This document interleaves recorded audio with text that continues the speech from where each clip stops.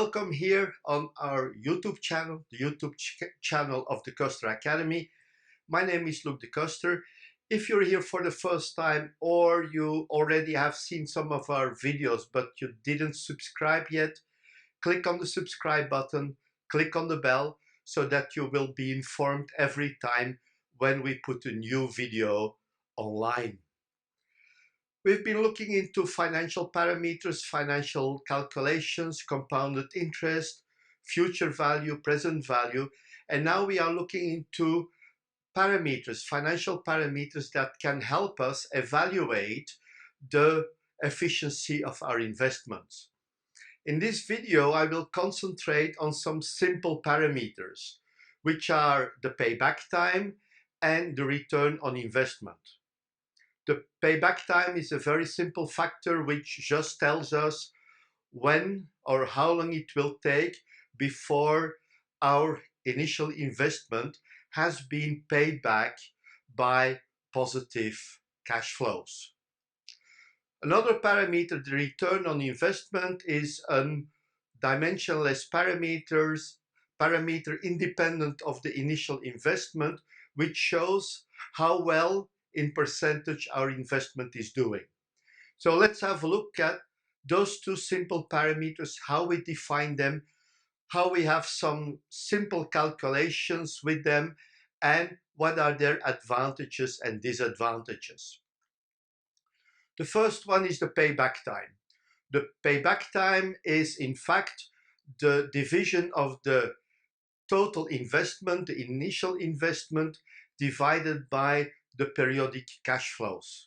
So for example, when we have a payback time which is limited to a certain amount of periods, a number of amounts of months, until the future cash flows equal the initial investment, that's basically our parameter. And we can set up a maximum payback time. For example, all the investments have to be paid back in less than 5 years. So when we calculate the payback time, the duration or the amount should be less than 5 years or 60 months, depending how you define the paybacks. Let's have an example. Let's have an example where I have an initial investment of 2 million or 2000K. We have 25K incoming cash flow every month. We consider a fixed cash flow. It's the easiest example to calculate. So we divide 2000 by 25 and we find 80 months. 80 months, is that good or is it bad? Well, it completely depends on your business. For some businesses, it may be too long. For others, it may be very good or normal.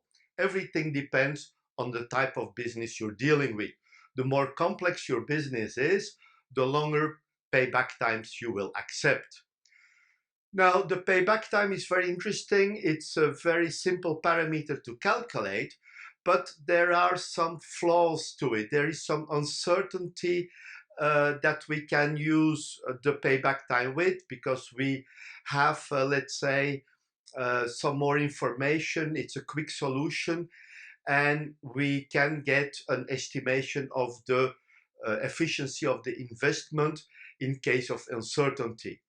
Now, one of the elements that is very important here is that the payback time does not take into account the time value of money. All the cash flows are calculated at their value. We didn't discount them. It does not include all cash flows. When we look at the payback time, we only take the cash flows until the amount, the initial investment, has been calculated or compensated. After that, we don't consider it anymore. It's also not very realistic in certain cases, because it does not look into repeated investments. So the investment is only considered once and that's it. And it does not consider profitability. We only see when is the initial amount compensated, and that's all. There's nothing more about that. So payback time is a very interesting, a good parameter, can be part of your set of parameters. you have to understand there are some limitations, there are some flaws, and when you understand those and you use the payback time, it will be a perfect parameter as a part of your total evaluation. The second element is the return on investment. Now, the return on investment is in fact the division of the net profits by the cost of the goods sold. So we look at the revenue minus the cost to create the goods divided the cost of the goods. And when the the return on investment is larger than 1, the investment is profitable. It takes out the amount of the investment. So it's easy to compare different elements which have a different value. And it's a proportionality factor, which is quite interesting in certain cases. Return on investment larger than 1 is good. Let's have a look at an example. We have the cost of the goods sold is 200K. We have the revenue of the sales, which is 500K. And we can find that the return on investment here, the net profit is 500 minus 200, which is in fact 300 divided by 200. So we find a return on investment of 1.5. And that's a good return on investment.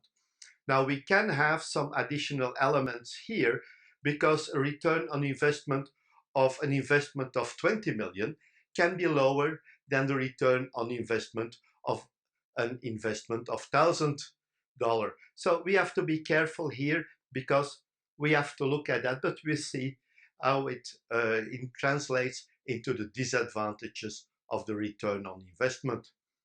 Now, the return on investment is an interesting parameter. Like I said before, it compares different investment in a relative fashion. We can have a $100,000 investment and compare it with $1 million investment. Now, one of the things is that the return on investment, to use it as a parameter in certain environments, the divisions are evaluated on their return on investment. How is the return on investment of the division going? And typically the managers of the divisions may be rewarded relative or related to the return on investment. So when we are working with an investment, when we are investing elements in the division, you will see that the ROI of the division as a total goes down, which may be a negative parameter for you as a manager because your bonus will go down. Another element related to that is basically it will prevent you for investing in newer assets. Investing in newer assets will decrease your general return on investment. And again, your bonuses are there. You will avoid to do those investments to look into the future and improve your division. So that's also an element that is negative when you're looking at a return on investment. It could lead to inefficient comparisons because, like we said, and it's the same with the next parameter, you can have a very high return on investment, but the value of the products or the profits may be very low. And there are also parameters that will be negative for you because you may look into an investment with 60% of ROI or 1.6 and compare it with an investment with 1.2 and you would take the 1.6. So it's not always the best parameter to use for a calculation. Nevertheless, when you have projects, when you have certain elements that you are defining, you can use that factor because then it's not related to your division. But you have to understand what are the limitations of the return on investment and understand them well at the moment you're considering them. Like I said, those are two simple parameters, payback time and return on investment. Elements that can be used very quickly to have an idea on what you're doing. You can have a quick overview what the investment is going to do to your overall business. So these are elements to consider. However, we will have to look into more complex, more complete parameters to compare projects or investments. We will look into that in some of our following videos. Don't forget, when you're here for the first time, or if you've been here before and you didn't subscribe to this channel, this is the moment to do it. Click on the subscribe button, click on the bell, and YouTube will send you a message every time we get a new video online. See you in the next videos. Thank you.